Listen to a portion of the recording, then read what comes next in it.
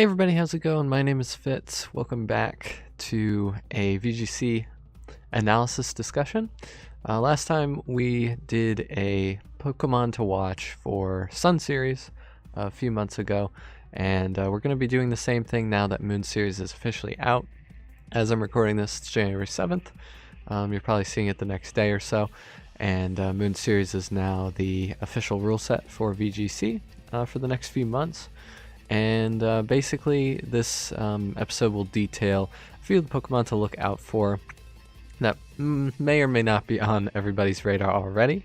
Last time we kind of picked some dark horse bets, and we were able to get pretty good success. We got Crobat and Serena, which both had some pretty nice Sun Series results as supporting Pokemon due to their abilities and some of the really nice movesets. Basically in this episode, since Z moves are out, that's going to be one of the biggest changes about Moon Series. While some of the support mons may stay the same, especially like Smeargle and Amogus, etc.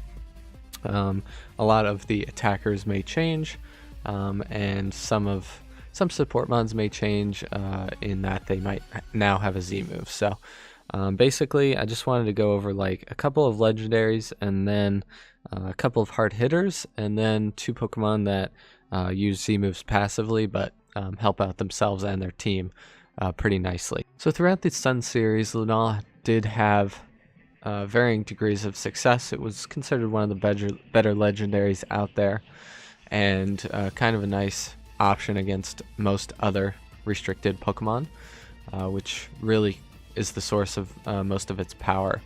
The one drawback during Sun Series that Lunala had was a clear-cut in a way best item to hold. Xerneas, if you think Xerneas, obviously one of its best moves is Power Herb. Very good move for Kyogre is Choice Scarf, but Lunala didn't really have like an obvious choice like that to be able to hold. Tried throughout the season things like Electric Seed and Safety Goggles, more passive items, as well as power boosting items like Choice Specs or Spooky Plate, and most of those were successful, but it's not the reason why Lunala was good. Obviously Shadow Shield is one of the biggest reasons. In Moon Series, a lot of that changes with the introduction of Z moves. Lunalium Z is going to be an incredibly hard-hitting Ghost type move that very few things can take, especially with the right support, and it's caused Lunala to be one of the higher percentage risers, as you can see at 28% as the time of this recording. Probably going to keep going up, and its moveset is going to be pretty fairly obvious when it is paired with Lunalium Z. So Moongeist Beam is an obvious choice with the Psychic Psyshock as a complement, and then a few moves between Protect, Tailwind, Wide Guard, and Focus Blast, possibly. Some other passive moves could be in its moveset, but its first three or so are usually going to be pretty obvious. It doesn't always run Protect, but it probably is best with it. So that really limits you to a fourth move slot, and that's it. So it'll probably be one of the strongest Pokemon, especially at the beginning of the season, until people adjust to it. I look at Lunala as similar to Kyogre and Xerneas in Sun Series, that each team needs either 2 or more counters to beat Lunala, or at least heavily damage it. And things like Smeargle are an obvious answer, in that Smeargle can follow me away as a normal type, the Z move of Lunala, safely, which is a big factor, at least at the beginning in the pre-stages of this Moon Series meta. So obviously while Lunala rises, things like Yveltal will rise with it, as well as possibly some other faster Ghost type Pokemon or Dark type Pokemon that can kind of counter or check Lunala, which will definitely cause it problems since it does have couple 4 times weaknesses.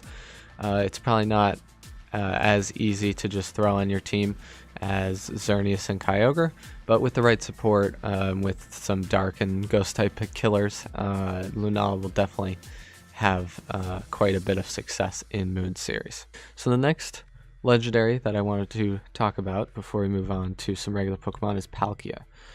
So Palkia is a little bit of an odd pick in the Sun Series. It wasn't too successful.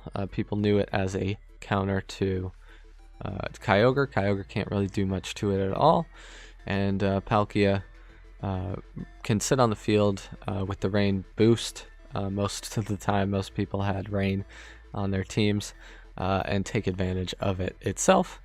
The best part about it is that it speed creeps other Pokemon, other legendary Pokemon especially, at base 100.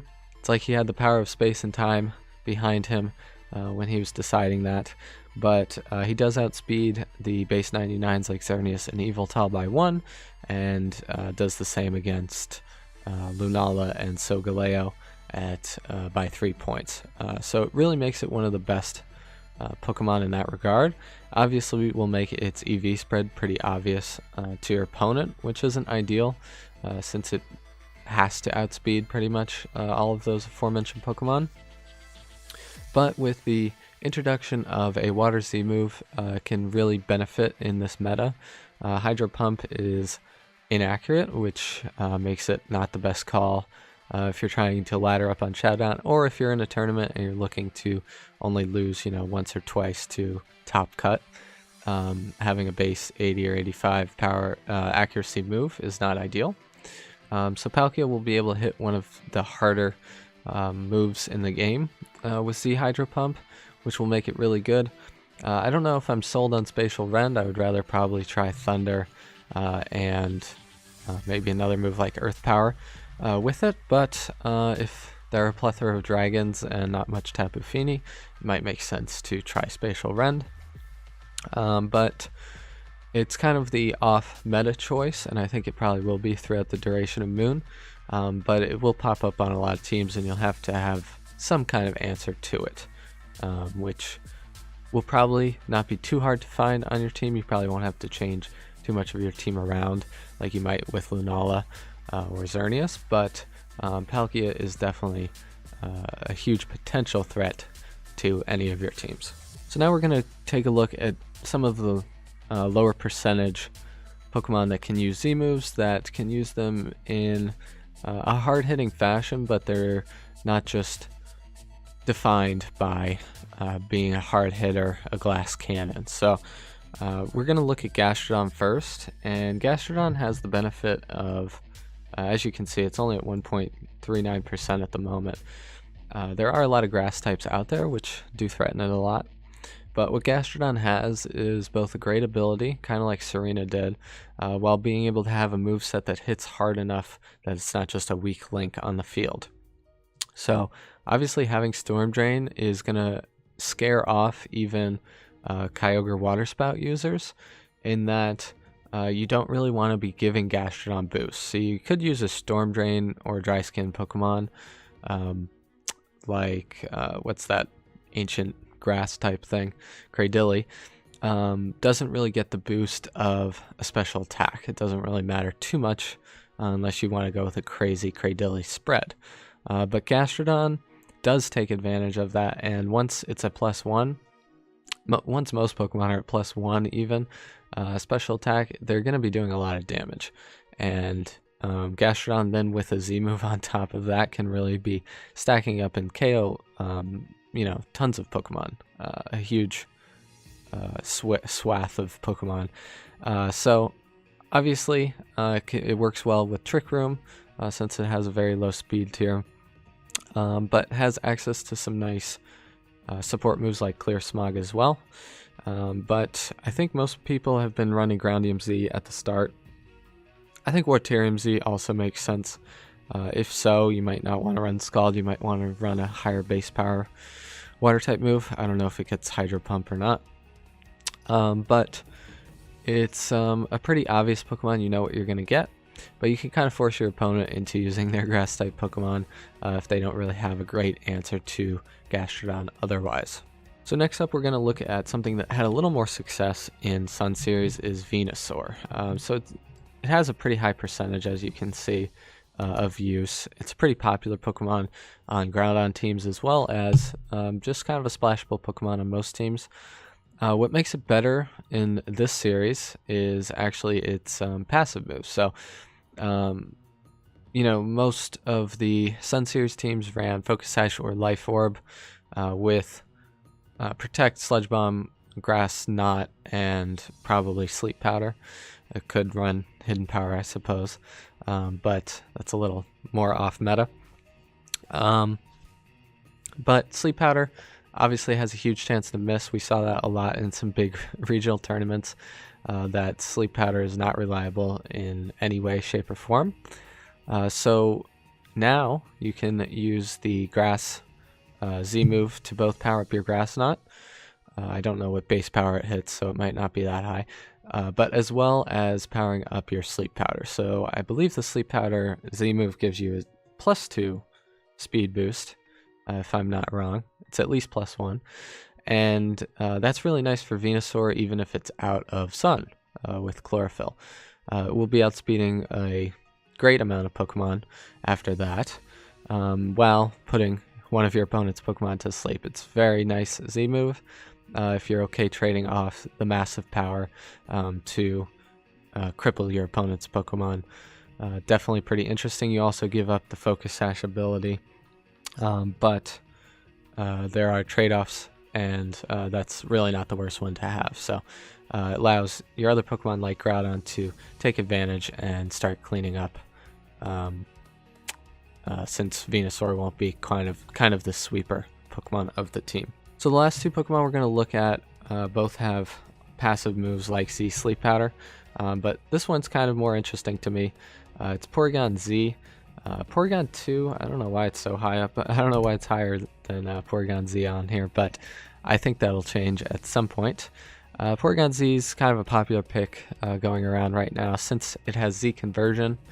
There are a lot of similar boosting moves like Z conversion.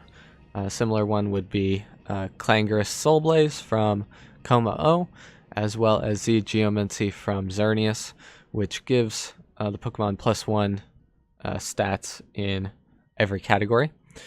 Things like Z Celebrate, Z Happy Hour also work pretty much the same. Conversion, though, does allow you to change typing. The popular ones would be to Electric with your Thunderbolt, Ice Beam, or Blizzard also works for ice types. Ghost could be interesting as well. Prevents fake outs, which is kind of nice. So Porygon Z, if it can get a Z conversion off to get to +1 across the board, is going to be hitting really, really hard. And it has the ability to adaptability. So if you were, in theory, had turned into Electric type, you're hitting Thunderbolts that might be just to a neutral Pokemon, but in theory you're hitting them super effectively, and you have a +1 boost on top of that. It doesn't become the bulkiest Pokemon of all time with the +1 boosts, but it can become a pretty strong sweeper, and with base 90 speed at +1, you are going to be outspeeding a lot of things. You're in the same speed tier as like a Choice Scarf Kyogre, which is kind of nice. Needs a lot of support. Things like Fake Out will definitely be important, as well as Follow Me and Rage Powder. But I think Porygon could be kind of an interesting pick. Things like Coma-O are not going to be quite as good just because there are so many fairy types out there. Z Geomancy Xerneas doesn't seem to stack up against Power Herb Xerneas, but we haven't seen it confirmed yet, so I'll hold off on judgment on that. And I guess like something like Eevee is just not able to take a hit before it can get its extreme Evo boost off, so it's not a perfect Pokemon in this VGC year. I do think that if you don't want to run adaptability on PZ, you could have download ability, and even though most Pokemon are specially defensive right now, you might be getting some special attack boost some of the time, and then have something like a skill swapping Woobat or Swoobat, or Simple Beam Golduck, something like that could be of interest to get +2 boosts across the board. Obviously works with things like Xerneas, who would have to give up its Fairy Aura. Not perfect. Porygon with Download would be like the perfect ability to give up in this situation. But it's something to keep in mind. It's not perfect. It's a very gimmicky strategy, but who knows? It could work. Last but not least, we're going to do a little bit more boring than Porygon Z, but very important is Bronzong. So obviously has had a lot of success in numerous VGC years, but with Z-Move, I think it gets a little bit better. Right now it's trending at like a quarter of the time being used. That makes sense, but it gives it another option, and it's kind of scary. Can't be taunted, gets up a Trick Room, can start getting up Gravities and Hypnosises after that. Pretty good historically Pokemon next to Groudon, but could probably serve a plethora of other teams. The accuracy boost from Z Trick Room is definitely going to be very nice for it, and its Gravity will allow its other partner Pokemon to enjoy some accuracy boosts as well. So I think it'll be something that it makes it easier to counter something like a Xerneas in this meta, just being able to get hard hits with Gravity for its partner Pokemon and then hit Gyro Balls of its own. So let me know what you guys think are some interesting Pokemon. I know I took a very cursory glance at the meta, but there are some great sample teams on Trainer Tower I saw on Twitter today. I'm going to link that in the description. If you guys have any other resources that you use, let me know. I'll probably be streaming some Showdown laddering sessions, but I haven't played in a while, a couple months, and hopefully we'll be able to play some regionals in this series. I think I definitely am going to enjoy this one a lot more than Sun Series. Kind of fits my playstyle better. Can run some gimmicky stuff. You know, everybody right now is using Z moves that complement the same type attack bonus for their own Pokemon. But once we get into some gimmicky things like Z fighting Lunala and the like, should be a very interesting metagame. So thank you all. Hope you enjoy your day, and I'll talk to y'all later. Bye-bye.